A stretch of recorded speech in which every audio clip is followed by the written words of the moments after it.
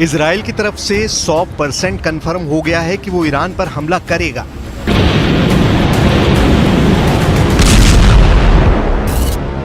Israel ने अपने मित्र देश के विदेश मंत्रियों को बता दिया है कि ईरान पर पलटवार भयानक होगा और ईरान को सबक सिखाने के लिए सभी मित्र देशों को इकट्ठा होना होगा।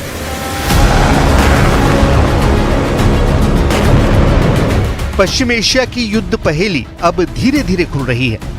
एक तरफ ईरान के युद्धपोत इजराइल की जमीन के आसपास समंदर के किनारों पर चक्कर लगा रहे हैं और दूसरी तरफ ईरान अब 10 गुना तेज हमले करने की धमकी दे रहा है। किसी भी वक्त इजराइल और ईरान का बेहद खतरनाक युद्ध छिड़ने वाला है। दूसरी तरफ इजराइल पर 3 तरफ से हुए 180 डिग्री हमले के बावजूद भी गजा पट्टी पर इजराइल का कहर इतनी खतरनाक तरीके से टूट रहा है कि इजराइल ने सिर्फ एक गोले में 5000 लोगों को मार डाला है। यह हमला गजा सिटी के अल-बस्मा IVF सेंटर यानी इन विट्रो फर्टिलाइजेशन सेंटर पर हुआ, जहां पर हजारों की संख्या में मानव भ्रूण रखे हुए थे। सबसे पहले हम ब्रिटेन के विदेश मंत्री डेविड कैमरून के उस बयान की चर्चा करेंगे जिसने इजराइल ईरान युद्ध पर 100% मोहर लगा दी है। दरअसल ईरान के पलटवार के बाद इजराइल के मित्र देशों के तमाम विदेश मंत्री, रक्षा मंत्री इजराइल के दौरे कर रहे हैं। ब्रिटेन और जर्मनी के विदेश मंत्रियों से इजराइल के विदेश मंत्री ने मुलाकात की है। इजराइल के रक्षा मंत्री योव गैलेंट ने इटली के रक्षा मंत्री से मुलाकात की है। इजराइल के अंदर ब्रिटेन के विदेश मंत्री डेविड कैमरॉन और इजराइल के राष्ट्रपति इसहाक हेर्ज़ोग की मुलाकात हुई है और इस मुलाकात के बाद ब्रिटेन के विदेश मंत्री डेविड कैमरॉन ने साफ कर दिया है कि इजराइल ने ईरान पर पलटवार करने का फैसला कर लिया है। The situation is very concerning, but it's clear the Israelis are making a decision to act. We hope they do so in a way that does as little to escalate this as possible. Israel की राजधानी के अंदर और क्या चल रहा है, इसके बारे में आगे हम बात करेंगे, लेकिन सबसे पहले आपको ले चलते हैं तेहरान, जहां ऐसी रणनीति बन चुकी है कि यूक्रेन और गजा पट्टी से भी भीषण युद्ध अटल हो गया है। एक तरफ ब्रिटेन के विदेश मंत्री डेविड कैमरॉन यह ऐलान कर रहे हैं कि युद्ध अटल है, इजराइल हमला करेगा, और दूसरी तरफ ईरान के उप विदेश मंत्री अली बागेरी ने एक बयान जारी किया है और बिल्कुल साफ साफ कहा है कि इजराइल को यह समझ लेना चाहिए कि ईरान इस बार इजराइल के हमले का पलटवार करने के लिए 12 दिन का लंबा समय बिल्कुल भी नहीं लेगा। इजराइल का हमला होते ही फौरन ईरान के पलटवार की प्रतिक्रिया मिल जाएगी और इजराइल को दहला दिया जाएगा।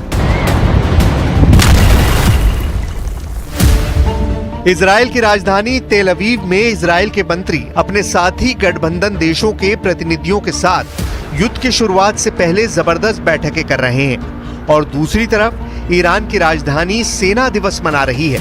लेकिन इस बार सेना दिवस तेहरान की खुली सड़क पर नहीं मनाया गया। इस बार ईरान ने सीक्रेट तरीके से एक बैरक के अंदर अपना सेना दिवस मनाया है, जबकि पिछले साल ईरान की सेना ने आयतुल्लाह रोहिल्ला खामेनेई के मकबरे पर सेना दिवस मनाया था।